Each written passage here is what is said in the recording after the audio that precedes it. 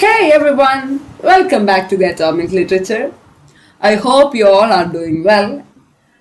So today we are going to deal with a beautiful story written by Vaidehi, and the story is named An Afternoon with Shakunthala. We'll move straight into the story. This particular tale is narrated by Shakunthala herself about her woe. She is in Marija Maharshi's ashram, leading a lonely life with Kanva Maharshi. A 20th century person goes to visit Shakunthala and urges her to tell what all things had happened in her life. The person goes to visit Shakunthala so that she will be able to pour out her grief. What Kalidasa said was not a complete story of Shakunthala. Something seems hidden, so the person went to extract the full tale of her so that she will get a relief. Here, the characters are same as they are in Kalidasa's play Shakunthala.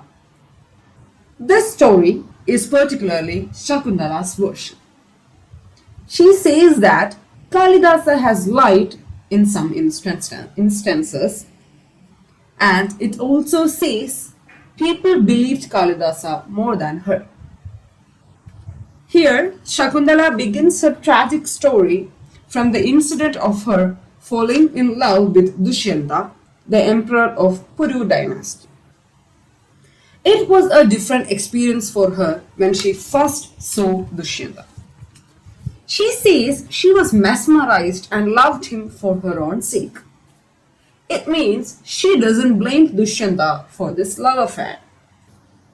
She had seen many young handsome princes who visited the ashram but never felt attracted to anyone like this before. Dushyanta was also attracted to Shakuntala. He called off his hunting and stayed at the ashram, and the romance started. They married in the Gandharva style, and after that, once Shakuntala was in the sweet embrace of Dushyanta, she heard Dushyanta uttering the name Niharika. She wonders who was that person who holds Dushyanta even in his dreams, but she doesn't dare question. When Shakuntala's friend Anasuya asked about Niharika, Dushyanta evaded the answer and said he held none dearer than his wife Shakuntala. Later, he had asked Shakuntala playfully what she would do if she came to know that he loved many others. That time, it didn't come to her mind that he was indicating what would happen in the rest of the future. Her inner voice was cautioning her against the possible betrayal. But she did not heed to the voice, but she was surrounded by a thick mist called love. Now, she regrets that paid a price for not listening to her inner voice of caution. Dushyanta later had to go back to his capital, but Shakuntala couldn't accompany him because her forest father Kanva was not there. Dushyanta promised her that she would be called to the palace a little later. He advised her to steal her tender heart. Now, Shakuntala says she had to steal her heart because she forgot her. Shakuntala had to suffer the agony of separation, but she was pregnant. She had to bear the taunts and harsh words of people who said Dushyanta was lustful and a womanizer. He has hundreds of women for her. Once, when Shakuntala was engrossed in deep thoughts, Rishi Durvasa arrived at the ashram. Though Shakuntala noticed Durvasa, she didn't go towards him to receive him.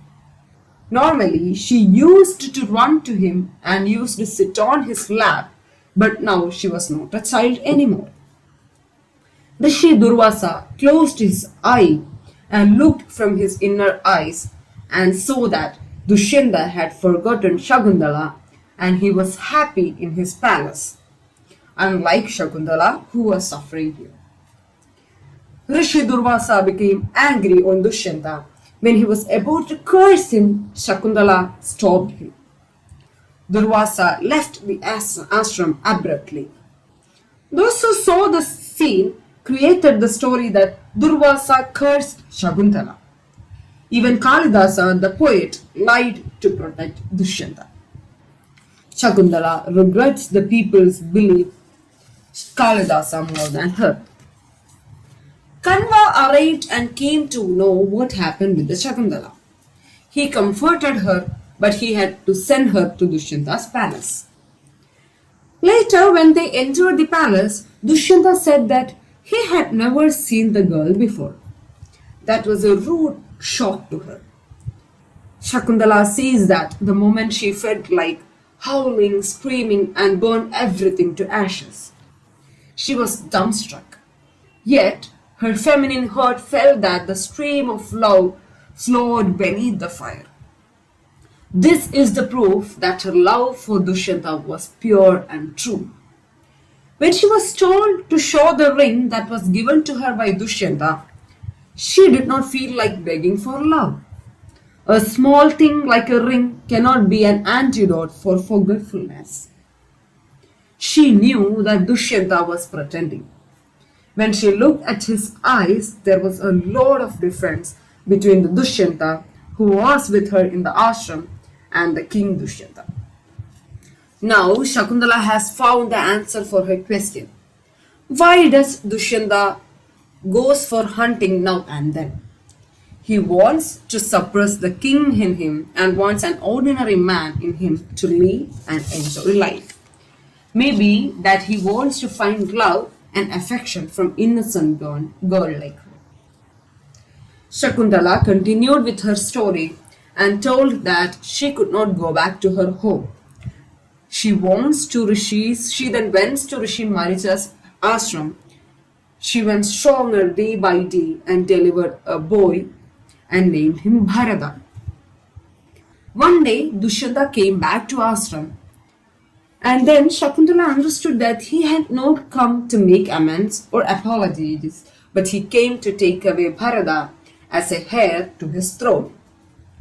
Shakuntala made up her mind not to go with Dushyanta, knowing well that she had to lose her son. But she seemed to value her self-respect more than the life in her palace. She is all alone. She comforts herself, saying that everyone is lonely in this world, one way or another. This was how the story ended. And all through the story, we find that Shakuntala was confused many times. But now she realizes that she has been cheated. She showed courage to face all situations, but her love for Dushyanta is true and pure, even when she comes to know that he is an opportunist. So this was all about the story, An Afternoon with Shakuntala, written by Vaidehi. So hope you all got an idea of the story and the backgrounds of this particular story.